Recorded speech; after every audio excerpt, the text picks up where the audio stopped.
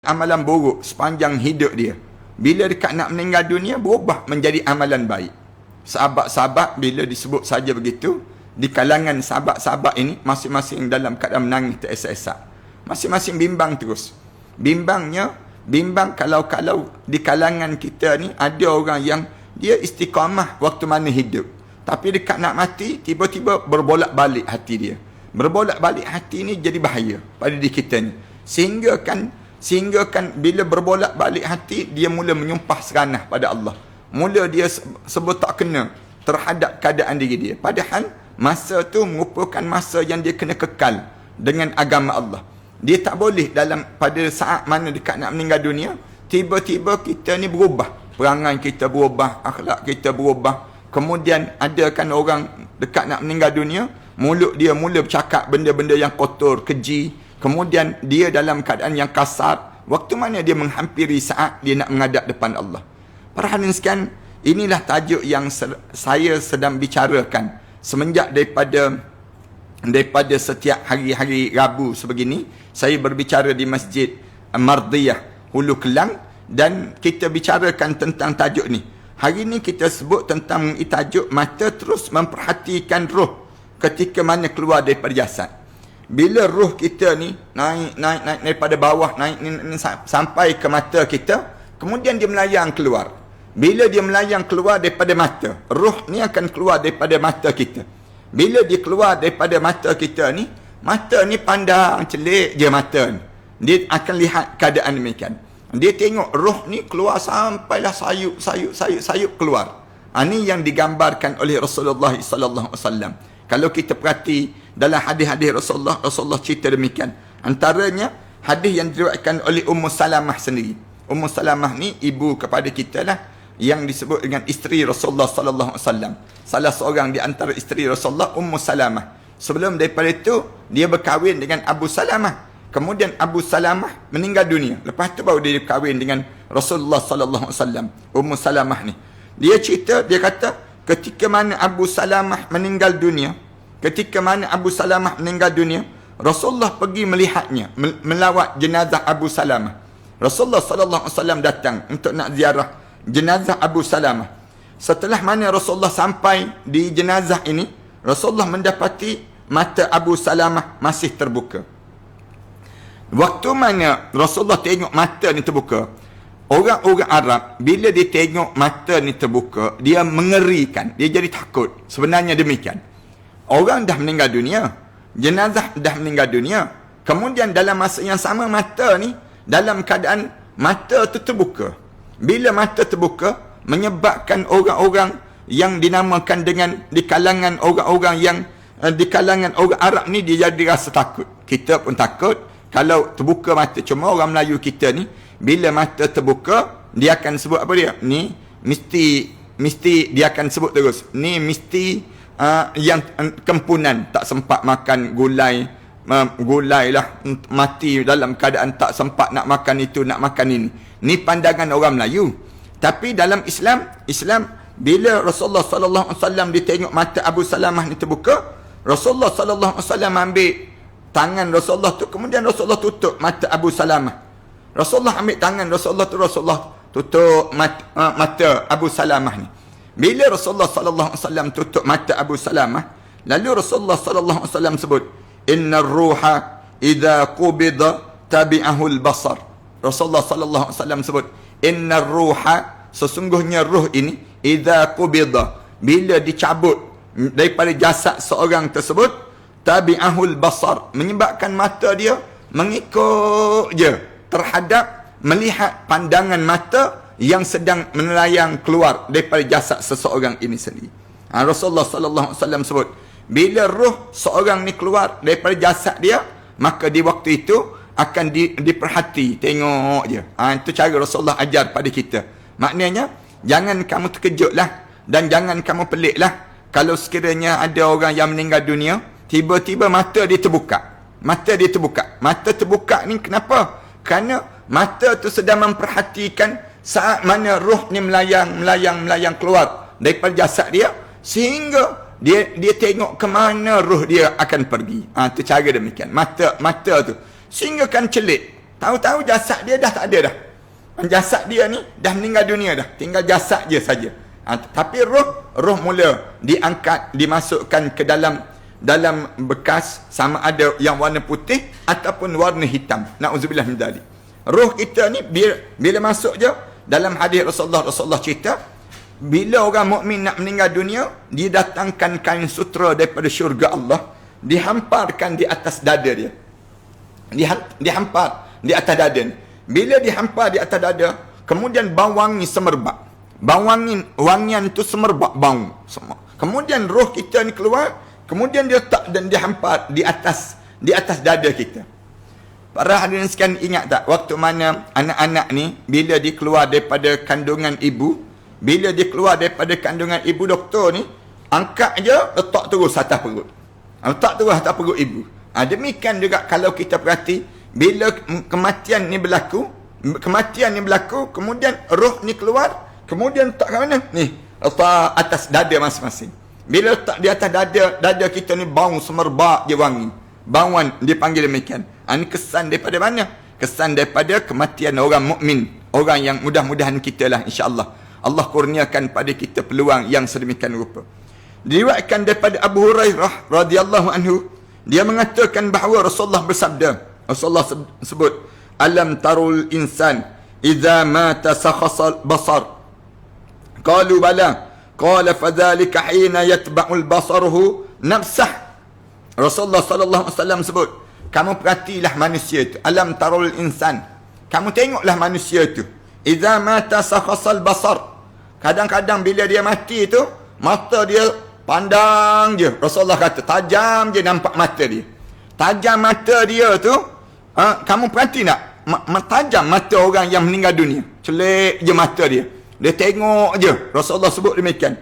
Iza sakhasal basaruh. Rasulullah kata mata dia tu dalam keadaan yang celik sebegitu. Rasulullah sallallahu alaihi wasallam sebut. Qalu bala. Sahabat-sahabat jawab, ya Rasulullah. Ya Rasulullah. Kami perhati ada orang yang begitu ya Rasulullah. Qala. Lalu Rasulullah jawab, fadzalika hina yatba'ul basaruhu nafsah. Ketika mana roh dia keluar tu, Rasulullah kata, mata dia turut serta memandang naik. Dia panggil demikian. Ini keadaan yang berlaku pada seorang yang mula dalam keadaan dia nak menghadap di hadapan Allah Subhanahu Wa Taala. Jadi jangan rasa takutlah. Kitanya diajar supaya ambil tangan kita ni, ambil tangan kita, sapu mata dia. Turunkan kelopak mata dia tu. Kalau sekiranya kita tutup, dia terbuka, tutup, terbuka, jangan cepat nak lagi. Jangan. Tapi nak buat macam mana? Bila kita tutup, dia terbuka tu, ambil minyak zaitun. Sapu di atas kelopak mata ni, sapu supaya dia tutup dengan cara yang sedemikian rupa. Ini cara pada diri kitanya bila menghadap depan Allah. Ada orang-orang kita zaman-zaman dahulu, bila tutup buka, akhirnya dia ambil duit shilling. Letak di mata ni, 20 sen dia letak ni. Itu dipanggil mata duitan tu dipanggil. Orang kita kan senang buat benda-benda yang entah apa-apa yang datang ni. Bukan ambil duit shilling, tapi ambil minyak, sapu. Minyak zaitun, ambil minyak zaitun tu sapu di mata setiap anak Adam ini. Bila sapu di atas mata dia tu, turun kelopak mata dia demikian. Orang mukmin bila dia menghadap depan Allah, mata dia terbuka, kemudian dia tengok je tersebut, keluar air mata, meleleh air mata, keluar. Tanda dia di kalangan ahli syurga Allah Subhanahu Wa Taala. Diceritakan lagi dalam satu riwayat, tidak mencapai darjat sahih riwayat ini. Penyebab utama mata itu terbuka kerana dia melihat Mi'raj. Disebut demikian. Sebab apa dia mata dia terbuka tu? Kerana dia nampak Mi'raj, iaitu jinjang yang menghubungkan langit dengan bumi. Satu jambatan yang menghubungkan di antara langit dan juga bumi. Disebut demikian. Yang diperbuat daripada zamrud yang berwarna hijau dan amat indah bentuknya. Bila ditanya, kenapa mata terbuka? Dia jawab, kerana nampak Mi'raj. Mi'raj ni apa dia? Jambatan di antara bumi dan juga langit. Nak sampai ke langit itu ada titian yang diperbuat daripada mana? Daripada zamrud yang berwarna hijau dan amat indah bentuknya. Wallahu alam. Takjublah bahasa yang mudahnya, kerana ketakjuban, terkejut. Tengok suasana yang disebut dengan roh keluar, satu pemandangan yang real, yang kita nampak dengan mata kepala sendiri. Saat mana ruh kita ni keluar, tengok satu pemandangan indah. Pemandangan indah bagi orang mukmin. Bila dia tengok pemandangan indah di saat itu, dia pun jadi kaget dan terkejut ni, mata dia bulat memandang. Tengok keadaan yang berlaku itu sendiri. Allahu Akbar. Kita cerita macam ni, naik bulu roma kitanya, meremang bulu roma kitanya. Saat mana kita menghadap depan Allah nanti, kalau-kalaulah Allah jadikan kita di kalangan orang yang saleh. Mudah-mudahan demikian insya-Allah. Bila kita di kalangan orang saleh ni, kita akan dapat keadaan yang sedemikian rupa pada kita. Perkara itulah yang menjadikan mata dia terbuka. Kerana dia nampak tempat jambatan di antara langit dan bumi dan angin itu, yang daripada jambatan itu, jambatan yang bertatahkan zamrud yang warna hijau. Allahu Akbar. Kita ni tengok, kadang-kadang kita tengok, terpaku kan, orang yang masuk kedai emas tu. Tengok kedai permata tu. Bila dia masuk dalam kedai-kedai macam tu, bulat mata-mata masing-masing. Tengok pada barang-barang yang demikian. Ni bukannya tengok yang dalam keadaan yang tak dapat. Ni tengok dalam keadaan yang nampak. Bila nampak saja keadaan tersebut, menyebabkan bagaimana di saat ini roh kita ni untuk nak sampai menghadap di hadapan Allah Subhanahu Wa Taala. Rasulullah sallallahu alaihi wasallam juga bersabda, apabila roh telah dicabut, maka mata mengikuti arah perginya roh tersebut. Rasulullah sallallahu alaihi wasallam sebut demikian. Ini kita ingatlah sampai bila-bila pada kita. Bila roh dicabut daripada jasad seorang, mata ni mengikut tengok keadaan yang berlaku ini. Jadi kitanya bila tengok mata terbuka tu, jangan kita rasa takut, jangan kita rasa bimbang, jangan. Tetapi pada diri kitanya baca doa. Pada orang yang hidup ni baca doa. Allahummarhamhu. Ya Allah, tolong rahmatilah dia ya Allah. Wa afihi wa'fu anhu. Kita baca doa. Kita baca doa, maafkanlah dia ya Allah. Tolonglah jadikan dia di kalangan hamba kamu yang salih. Allahumma ja'alhu min ibadikas salihin. Ya Allah, jadikanlah dia di kalangan hamba kamu yang salih ya Allah. Ni doa-doa kita bila kita tengok keadaan yang berlaku kepada orang-orang yang demikian. Dalam hadis yang lain dinyatakan, apabila mata seorang mengikuti arah perginya roh itu, maka tidak akan berguna kata-kata yang ditujukan kepadanya. Dalam satu riwayat yang lain disebutnya, kalaulah sekiranya saat mana kamu tengok mata dia terbeliak, pandang je keadaan demikian, maka di waktu tersebut kamu bercakap dengan dia tak ada manfaat dah. Tak ada manfaat dah. Kamu bercakap dengan orang yang sedang dalam keadaan mata dia mengikuti arah perginya roh. Kerana dia telah meninggal dunia dah. Walaupun mata dia celik, walaupun mata dia nampak terbuka, sebenarnya dia dah tak ada dah. Roh dia dah keluar dah daripada jasad dia untuk menghadap di hadapan Allah Subhanahu Wa Taala. Ingat ya, di kalangan keluarga kita akan berada keadaan yang sedemikian rupa itu. Kemudian roh dan jiwa adalah dua perkataan yang mempunyai makna yang sama. Keterangan mengenai perkara tersebut akan dijelaskan kemudian. Orang tanya, roh tu apa dia ustaz? Senang ceritanya, nyawa kita lah keluar. Bila nyawa kita keluar, benda yang sama je dia panggil. Bila nyawa dah keluar dah, kejap lagi kering dah darah. Tak ada dah darah dalam badan kita, tak ada dah air-air yang keluar daripada jasad kita, tak ada dah. Di waktu itu jasad kita dah tak bernilai. Saat mana kita menghadap depan Allah, cantik macam mana pun, handsome macam mana pun, sado macam mana pun, jasad dah tak bernilai saat mana menghadap di hadapan Allah. Kerana dia akan dimamah oleh perut bumi. Sebentar lagi bila masuk saja dalam kubur, maka kamu tak payah bangga dah dengan badan kamu yang bagaimanapun kehidupan kamu di dunia. Yang kamu kena berbangga ialah dengan amalan yang kamu buat di atas dunia ini sendiri. Pelik kan orang kita kan, sibuk jaga badan tapi tak sibuk jaga amalan. Orang kita sibuk ni nak cari alat kosmetik, nak cantikkan muka dia tu, merah, biru, kuning, hijau, macam lampu traffic light dia panggil demikian. Tubuh badan dia ni beria dia nak jaga muka dia ni, nak suruh orang tengok cantik. Kadang-kadang hidup dengan alat kosmetik ya, tebal tubuh badan dia dengan alat kosmetik. Padahal yang Allah pandang bukan bukan kecantikan dia, kan Allah yang buat pada dia. Yang Allah pandang ialah amalan dia dan juga hati dia, bersih tak bersih dalam kehidupan kita. Tak cerdiklah kita kalau kita habiskan masa kita berjam-jam depan cermin hanya semata-mata nak jaga yang disebut dengan tai lalat sebiji, ataupun nak jaga jerawat yang tumbuh. Hanya semata-mata bimbang kita pada diri kita ni, orang pandang hodoh dan sebagainya. Tapi kita tak takut dengan pandangan Allah pada diri kita. Pandangan Allah, Allah pandang pada amalan. Allah tak pandang pada jasad kita. Allah tak pandang pun pada luaran kita. Inna Allah la yanzuru ila suwarikum wala ajsamikum. Allah tak pandang luaran kamu macam mana. Allah tak pandang dalaman kamu macam mana. Allah tak pandang jasad kamu cantik kamu macam mana. Tak. Walakin yanzuru ila qulubikum wa a'malikum. Tapi yang Allah pandang ialah hati kamu dan amalan-amalan kamu itu sendiri. Diriwayatkan daripada Jabir. Kemudian lepas mereka sebut, bila orang dah meninggal dunia, hendaklah kita mempercantikkan kapan orang yang meninggal dunia. Kerana mereka, bila mereka meninggal dunia, mereka akan saling ziarah, menziarahi di antara satu sama lain. Ini dia akan tajuk yang seterusnya. Nak sebutnya, cantikkan kain kapan dia. Kemaskan ikatan kain kapan. Bila orang tu dah meninggal dunia, benda apa yang kena buat? Kemaskan. Biar nampak elok saja. Kerana kejap lagi, dia akan ziarah, menziarahi.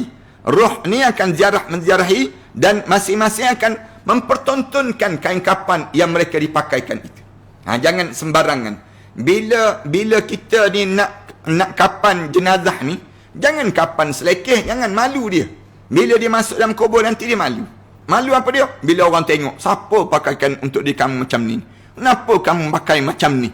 Jangan. Dan kitanya, bila kita nak kebumikan jenazah seorang, kemaskan kain kapan dia. Cantikkan kain kapan dia. Elokkan. Tak perlulah nak letak render-render pula. Cuma nak sebutnya, bila kita kemas tu, biar nampak kemas, cantik je susunan. Lapisan tu. Biar dia berbangga. Dalam kubur kejap lagi, dia akan saling ziarah, menziarahi di antara mereka yang telah meninggal dunia. Ziarah, menziarahi ni berlaku. Bila masuk dalam kubur, kita berjumpa dengan arwah ayah. Berjumpa dengan arwah datuk nenek moyang kita. Berjumpa balik kalau sekiranya semua berada di Illiyin. Dengan syarat semua di Illiyin lah. Tapi kalau na'udzubillah min dzalik, bila masuk dalam kubur, tiba-tiba kubur kita menjadi kawah pada kawah neraka. Jangan harap jumpa. Jangan harap jumpa. Yang sebutkan ku tunggu di pintu syurga tu mengarut je dia panggil. Jangan kita ingat bila yang sebutkan ku tunggu di pintu syurga, tiba-tiba semayam pun tidak, tutup aurat pun tidak. Jangan harap. Tak berjumpanya. Masuk dalam kubur je, pisah terus, jalan beza terus. Sama ada, dia kata, berjumpa juga dalam neraka Ustaz. Tak berjumpa. Dalam neraka pun tak berjumpa. Dalam keadaan sengsara, lagi tak berjumpa. Bila kita ni tak jaga amalan. Sebab tu, kita ni diajar supaya sebut pada anak keluarga kita. Kalau nak suruh berjumpa balik di akhirat nanti, jaga amalan dalam hidup kita di dunia ni. Bila masuk dalam kubur nanti, bila kita masuk dalam kubur nanti, kita tengok amalan-amalan kita ni macam mana. Kalau amalan kita ni amalan soleh, kita ni saling berjumpa di antara satu sama lain. Masing-masing saling bertanya khabar. Untuk masing-masing nak tahu macam mana keadaan orang hidup atas dunia. Dia akan sibuk tanya, isteri saya dah kahwin ke belum dengan orang lain? Masing-masing tanya, anak saya macam mana? Kemudian isteri pula tanya, suami saya dahulu macam mana? Dia dah kahwin dengan orang lain ke belum? Dia akan sibuk tanya. Sibuk tanya. Tapi tidaklah dia kata, oh dah kahwin dah, saya nak jadi hantu raya lah. Nak pergi kacau dia. Tak berlaku dah demikian. Dia tak akan jadi demikian. Bila orang yang dah hidup ni, tiba-tiba orang dah meninggal dunia ni, dia tahu orang yang hidup ni terus berumah tangga dan terus menjalankan kehidupan di atas dunia, buat amalan, dipanggil. Buat amalan ni, maka orang dalam kubur ni rasa bangga. Alhamdulillah, aku meninggalkan zuriat yang baik. Aku tinggalkan keturunan yang hebat. Aku jadikan keluarga aku keluarga yang terbaik dan sebagainya. Ini punca daripada mana? Punca daripada kita jaga, saling kemas, dipanggil matlamat dalam hidup. Jangan kita hidup atas dunia ni dalam keadaan tak tahu nak tuju ke mana, nak buat apa dia. Jangan. Biar hidup kita ni berjelas. Dia panggil demikian. Diriwayatkan daripada Jabir, daripada Abdullah, bahawa Rasulullah sallallahu alaihi wasallam pernah bersabda. Rasulullah sebut begini, "Idza kaffana ahadukum akahu falyuhsin kafanuhu in istata'a." Rasulullah pesan, "Idza kaffana ahadukum," bila kamu kafankan di kalangan kamu mengkafankan di kalangan kamu, saudara-saudara kamu, falyuhsin kafan, maka percantikkan kapan itu. Rasulullah kata, perelokkan kapan. Jangan kapan tu kita tengok selekeh je, kain pun nampak macam koyak-koyak begitu je. Jangan. Waktu mana pakai tu nampak kemas. Lipat macam kita tengok bayi. Waktu mana anak kita bayi kan, dia ada cara bedung dia. Cara orang Kelantan panggil bedung, tapi orang luar ni kita bungkus ni. Waktu mana kita bungkus bayi tu, ada bungkusan nampak kemas, cantik. Bayi itu dibungkus dengan diikat dengan susunan lapisan yang cantik. Bila kita meninggal dunia, kapan tu kapan cantik juga. Rasulullah kata, jangan kapan begitu je, jangan. Tapi falyuhsin kafan, maka cantikkan kapan dia. Inistata'a, semampu mungkin pada kamu mencantikkan kapan tu nampak kemas. Hujung kepala nampak kemas, depan ni nampak kemas. Jangan dah buka-buka kemudian nak tutup balik tu selekeh je kat depan. Tak nak, biar tutup tu elok-elok. Cara tutup, waktu mana ditutup kain kapan ini pada seorang. Abu Nas Abdullah bin Sa'id bin Hasim Al-Wa'ili As-Sajistani Al-Hafiz meriwayatkan dalam kitabnya Al-Ibanah yang menggunakan mazhab salafus salih yang semuanya berdasar pada Al-Quran. Dan juga dengan jelas Hibatullah bin Ibrahim bin Umar meriwayatkan pada kami, dia berkata, Ali bin Al-Hasan bin Bandar meriwayatkan kepada kami, dia berkata, Muhammad bin Al-Mustafa meriwayatkan pada kami, dia berkata, Ibrahim daripada Muawiyah, daripada Abu Zubair, daripada Jabir, bahawa Rasulullah sallallahu alaihi wasallam bersabda. Rasulullah sebut, apabila kamu akan mengkafani mayat saudara kamu, bila kamu nak kafan mayat saudara kamu, maka kamu hendaklah memperelokkan kapan mereka, kerana mereka saling bermegah-megahan, dan sekejap lagi mereka akan saling mengunjungi di dalam kubur mereka. Bila mereka masuk dalam kubur, mereka akan saling menziarahi di antara satu sama lain. Maka dalam keadaan demikian, mereka akan mereka akan seronok dan mereka akan berbangga. Di saat tersebut mereka akan sebut, tengok ni kain kapan ni, kamu tahu siapa yang kapankan saya? Anak saya yang saleh. Kamu tengok ni jasad saya ni, kamu tengok ni. Semuanya berbangga dengan amalan di kalangan masing-masing, di waktu mana masing-masing dalam keadaan yang di waktu mana mereka ni dihadapkan di hadapan Allah Subhanahu wa taala. Bila dihadapkan di hadapan Allah Subhanahu wa taala, keadaan ini berlaku, dan keadaan yang sebeginilah akan berlaku di kalangan di saat mana berada di alam barzah ini sendiri. Ibnu Al-Mubarak berkata, aku amat suka mengkafani mayat dengan pakaian yang dipakai untuknya solat. Kalau aku diberi peluang untuk nak kapan jenazah yang macam mana? Kapan jenazah yang dia pakaikan pakaian yang dia buat solat tu. Yang dia buat solat tu aku pakaikan waktu mana dia nak menghadap di hadapan Allah Subhanahu Wa Taala. Kita ni cari kain putih lah, tutup dengan kain putih yang elok, ataupun setengah orang dia ambil kain ihram, dia balut dengan kain ihram. Saya lebih suka kalau dikapankan dengan kain ihram yang dia buat haji, kain ihram yang dipakaikan waktu mana dia melaksanakan ibadah umrah dan sebagainya, dipakaikan pada diri dia dengan kain yang sedemikian rupa tersebut. Kemudian dalam tajuk yang seterusnya ini, menyegerakan pengurusan jenazah, kita sambung pada akan datang nantilah insya-Allah. Terima kasih sekali lagi. Aku qouli hadza astaghfirullah li wa lakum.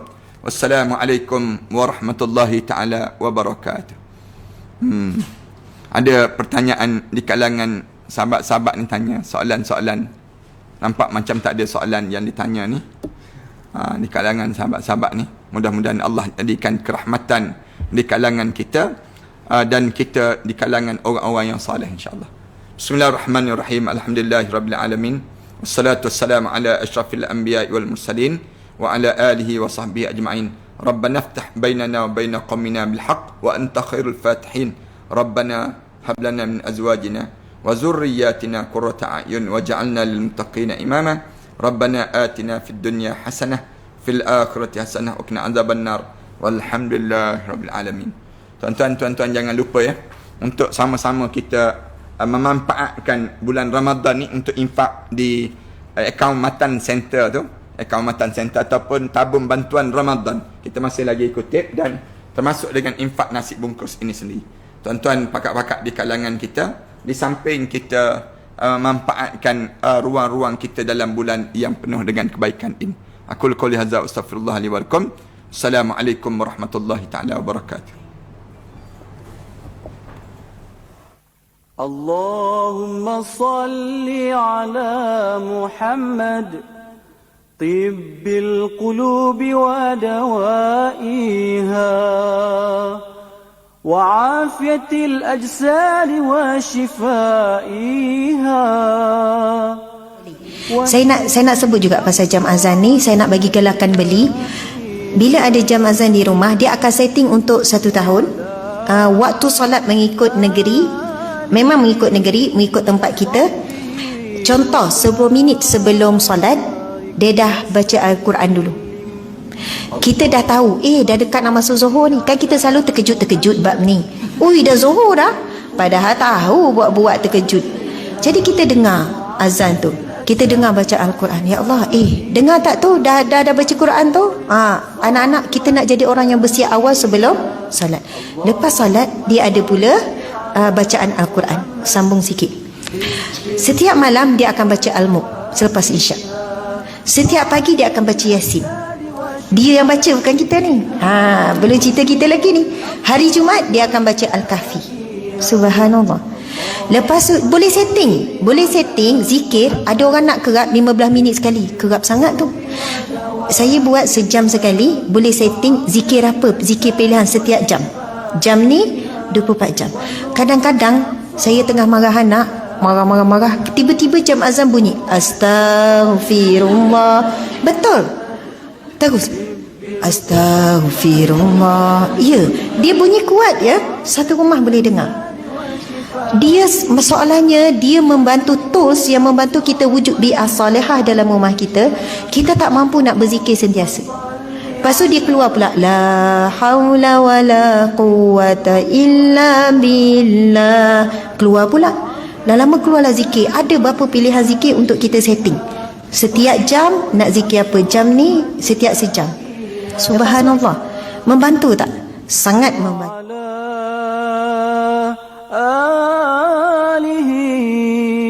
وصحبه وبارك وسلم.